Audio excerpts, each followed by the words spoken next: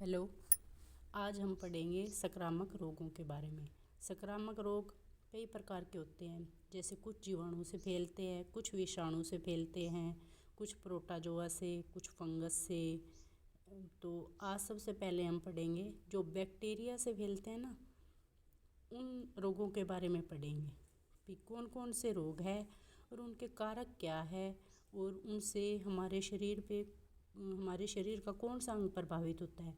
सबसे पहले हम पढ़ेंगे बैक्टीरिया डिसीजेज। जैसे जीवाणु की खोज किसने करी थी? जो जीवाणु से फैलते हैं ना, वो रोग है ये सारे के सारे। जीवाणु की खोज करी थी एंटाविनोन ल्यूवेनहोक ने, ठीक है।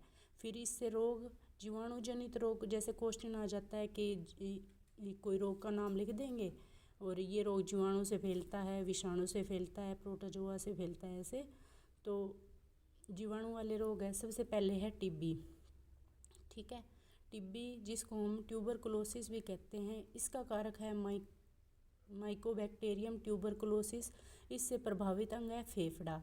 तो इसका कारक याद करने के लिए ना, ये जैसे ट्यूबरकुलोसिस है ना, तो इसमें ट्यूबरकुलोसिस ही आया हुआ है, ठीक है। फिर सेकंड है टाइफाइड। टाइफाइड का कारक है साल्मोनेला टाइफी। इससे आंत प्रभावित होती है हमारी। अगर ये टाइफाइड किसी को हो जाता है तो आंत में संक्रमण हो जाता है। तो इसका भी इसी तरह ही कारक याद कर सकते हैं, जैसे टाइफाइड। फिर है टिटनस। Tetanus Clostridium tetani. इससे हमारा तंत्रिका तंत्र प्रभावित होता है, यानी कि इसमें हड्डियों में ऐंठन सी आनी शुरू हो जाती है। तो और इसका कारक याद करने का तरीका है, जैसे इसमें टिटेनी लिखा हुआ है ना, टिटनस टिटेनी, इस तरह से ये कारक भी याद हो सकता है। फिर है काली खांसी। काली खांसी को परट्यूसिस भी कहते हैं। और परट्यूसिस जैसे हमारा वो डीपीटी वाला टीका नहीं होता, डिप्थीरिया, पी से परट्यूसिस और टी से टिटनेस। तो उस वजह से हमें भी याद रह जाएगा कि हेमोफिलस परट्यूटिस। इससे क्या होता है, फेफड़े प्रभावित होते हैं। ज़्यादातर जिन बीमारियों से खांसी आती है ना, जैसे टीबी में भी खांसी आती है तो फेफड़ा प्रभावित होता है। इसी तरह इसमें काली खांसी में भी फेफड़ा प्रभावित होता है। और आगे एक निमोनिया आएगा, उसमें भी फेफड़ा प्रभावित होता है। खांसी से फेफड़े ही प्रभावित होते हैं। फिर है प्लेग। प्लेग बीमारी जो चूहे या पिस्सू से फैलती है, इसको पास्चुरेला पेसिटस कहते हैं इसका कारक। इससे रक्त प्रभावित होता है कि हमारा हीमोग्लोबिन है ना, उसका सिस्टम बिगड़ जाता है। और इसके लिए, प्लेग के लिए, जैसे याद करने के लिए, जैसे चूहे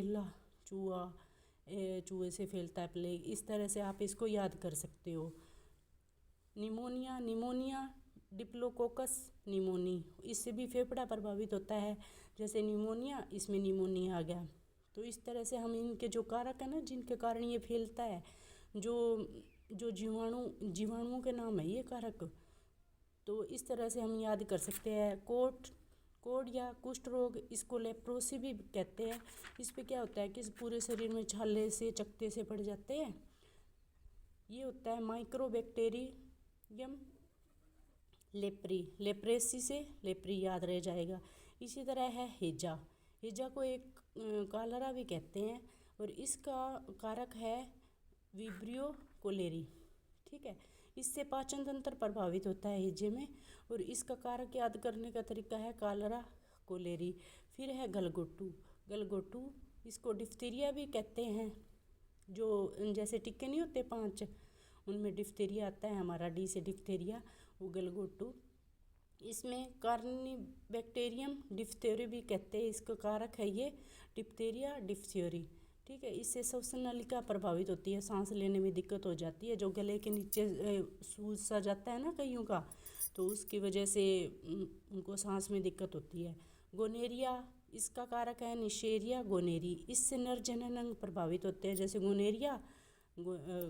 गोनेरी, इस तरह से याद रख लो। एंथ्रेक्स, इसको बेसिलस एंथ्रेसिस कारक है इसका, ये रक्त को प्रभावित करता है। इसी तरह सिफिलिस एक बीमारी होती है जो महिलाओं में होती है, ट्रेपोनेमा पोलिडियम।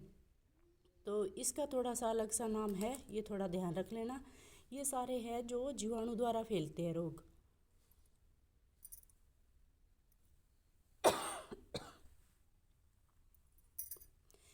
ठीक है, इस तरह से हम इनको याद कर सकते हैं।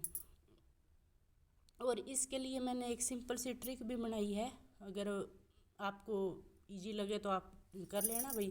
जीवाणु से कौन कौन से रोग फैलते हैं, जैसे टीटापनी को हीगो एसिन, जैसे ट से टी आ गया, टी से टीबी, ट से टाइफाइड, और टी से टीबी और टिटनेस, और ये है पै टीटाफनी, पै से प्लेग, न से निमोनिया, फिर को से काली खांसी, फिर है से हैजा, फिर गो से गोनेरिया, फिर ए इंथ्रेक्स, फिर